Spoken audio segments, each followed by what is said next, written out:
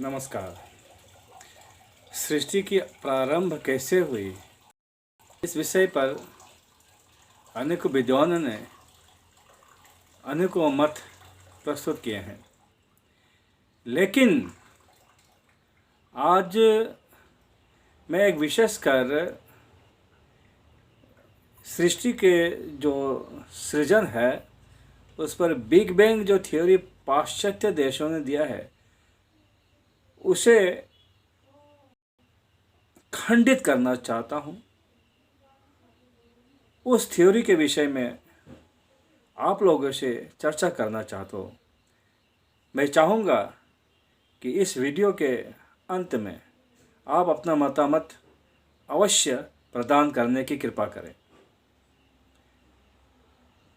Big bang theory कहता है कि विश्व ब्रह्मांड प्रसारित हो रहे हैं, एक्सपांड हो रहे हैं। तो एक्सपांड जब हो रही है तो कहीं न कहीं प्रारंभ तो हुई होगी। तो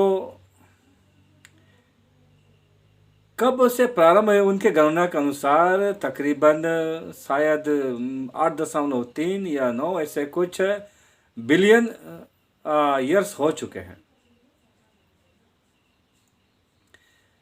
उनकी जो थ्योरी है, हाइपोथेसिस है, वे कहते हैं कि इनके लिए सारे जो ब्रह्मांडीय कणिका है, कण है, वे एक साथ आए होंगे और एक साथ आने के कारण उस पर अब प्रचंड दबाव सृष्टि हुई होगी और उष्णता होगी, जिसके कारण भयंकर विस्फोट हुआ और जिसके चलते इस ब्रह्मांड की उत्पत्ति हुई। किन्हीं लोग इन्हें मानते हैं, कभी नकारते हैं, लेकिन मुझे लगता है कि ये पाश्चात्य लोग हमसे चोरी की हुई ये सिद्धांतों को हम ही पर केवल अनुवाद करके थोप देना चाहते हैं। अतः मैं उनकी इन बातों को खंडन करने के लिए शिव पुराण की साध्योजत संहिता का सहारा लेते हुए आप लोगों के आगे कुछ तथ्य रखने जा रहे हैं। शिव पुराण में कहा गया है कि जब महाप्रलय हुई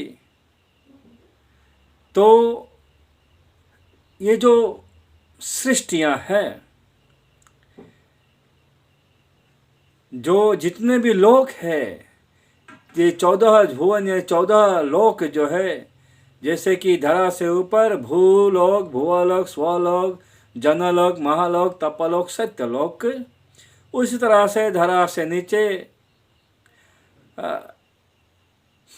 तलातल, रसातल, महातल, पाताल, अतल, वितल, सुतल, ये सब मिला के जो भुवन होते हैं, ये भुवन और भुवन के सहित जितने भी सृष्टियाँ, जितने भी ब्रह्मांड है, जितने भी जिन्हें आज गैलेक्सी कहते हैं, सब लय को प्राप्त हुई और लय को प्राप्त होकर एक शिवलिंग के आकार में थे। अनंत काल तक वे रहे। ये उस सुप्त अवस्था की बात करते हैं जिसे आजकल हम अंग्रेजी में कहते हैं कि पोटेंशियल एनर्जी और काइनेटिक एनर्जी। तो काइनेटिक एनर्जी गतिशील शक्ति और पोटेंशियल एनर्जी जो सुप्त है। तो ये सारे जो अभी विस्तारित हो रहे हैं वो सुप्त हो चुके, और जब शक्ति एनर्जी सुप्त होते हैं तो वे एक शिवलिंग का ही रूप लेते हैं। ऐसे इसी अवस्था में अनंत काल तक रहा। शिवपुराण ने कहानी के माध्यम से उसे इस तरह से कहा गया है कि याद रखना सरल हो जाता है। कहते हैं कि अनंत वर्षों तक, अनंत कोटि वर्षों तक इस तरह से रहने के कारण उसमें एक से अनेक होने की इच्छा हुई। इस इच्छा के साथ ही उनमें कंपन हुई। आप समझ सकते हैं, एक से अनेक होने के लिए मैं उनके बातों को मानता हूँ। ये शिव पुराण के तथ्य है, ये उनके बिग बैंग थ्योरी नहीं है। ये केवल हमसे चुरा के लेकर हम पर थोप रहे हैं। एक से अनेक होने की इच्छा हुई और कंपन हुई। आप समझते हैं, उस कंपन से ओम की उत्पत्ति हुई। और ये 3 जिसे ऋग्वेद की ऋचा में कहा गया है, एतमानस्य महिमा तो ज्यांश्च पुरुषः पादस्य विश्वभूतानि त्रिपादस्य अमृतम देवी। यानी कि इस ऋग्वेद में ओम के 3 पादों का वर्णन है।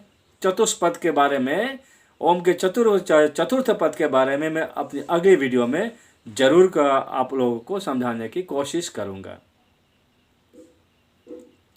तो इस तरह से ऋग्वेद में आता है कि जैसे ये इच्छा हुई ओम का एक लय से, ओम की एक लय से आवाज होना आरंभ हुआ, उसके साथ ही भयानक रोशनी की उत्पत्ति हुई। आप समझ सकते हैं कि विस्फोट से पहले रोशनी होती है, शब्द से पहले रोशनी, यानी कि लाइट का गति शब्द से ज़्यादा है तो शब्द से पहले निकलती है, शब्द से पहले जाती है।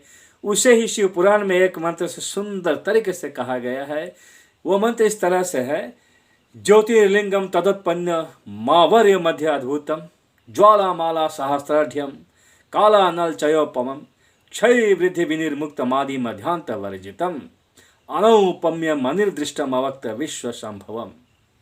यानी कि एक ऐसी रोशनी, एक ऐसी ज्योति का लिंग का उत्पन्न हुआ जो आदि अंत से रहित था, ना ही बढ़ रहा था, ना ही घट रही थी, ना ही उसका आदि का पता चलता, ना ही मध्य भाग का, ना ही अंत भाग का, जो चारों ओर व्याप्त था।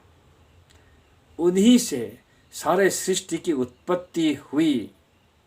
अब आप समझ सकते हैं, बिग बैंग के थ्योरी केवल साउंड का बात करते हैं, यहाँ में साउंड से पहले लाइट का भी बात किया गया है, जो उन्हें हमसे चोरी की, लेकिन उन्हें शायद समझ में नहीं आई होगी, तो उसे आधे अधूरे हमें पढ़वा दिया गया, और फिर इसे कभी नकारता है, कभी लेता है, वो समझ में नहीं पाता है कि क्या है। अंततः गत्वा ये है कि वो जो सुषुप्त शक्तियाँ थी, जो पोटेंशियल एनर्जी थी, जो वो, और ये कोई कहानी नहीं है, ये विज्ञान है। ये कहता है कि जो पोटेंशियल एनर्जी जो काइनेटिक फॉर्म में आता है तो अंदर शक्ति का चलयमान होता है, जिससे सृष्टियाँ होती है। तो शब्द से पहले बिग बैंग, यानी कि बड़े शब्द से पहले रोशनी की उत्पत्ति हुई। उस रोशनी के साथ बाद में ये शब्द की उत्पत्ति हुई, और इसे निश्चित ही जब शक्तियाँ फैलती है तो विकिरण होता है, विकिरण होता है तो शक्तियाँ रूपांतरित होती है, और रूपांतरित होती है तो भर की उत्पत्ति होती है, भर की उत्पत्ति होती है तो विभिन्न प्रकार की सृजन होते हैं, जो विज्ञान कहता है। आज के विज्ञान भी इसको मानता है। तो आप खुद ही समझिए, ये बिग बैंग थ्योरी कहीं शिव पुराण से लिया गया और चुराया हुआ कोई तथ्य तो नहीं जो हम पर थोप रहे हैं। इसके आगे मैं अगले वीडियो में आपको शिव और नारायण आदि शब्द में छुपे विज्ञान के बारे में बतलाने की चेष्टा करूंगा। तब तक के लिए आज्ञा दीजिए। जय भारत, जय हिंद। आप लोगों को यदि ये कुछ भी अच्छा लगा हो इसे, तो ज़रूर सब्सक्राइब करें, साथ में साथ इसे शेयर करें, ताकि हम भारतवासियों को अपने पुराणों में छुपे, वेदों में छुपे विज्ञान को का बारे में पता चले। हाँ, ज़रूर लाइक कीजिए, मनोबल बढ़ाइए। धन्यवाद।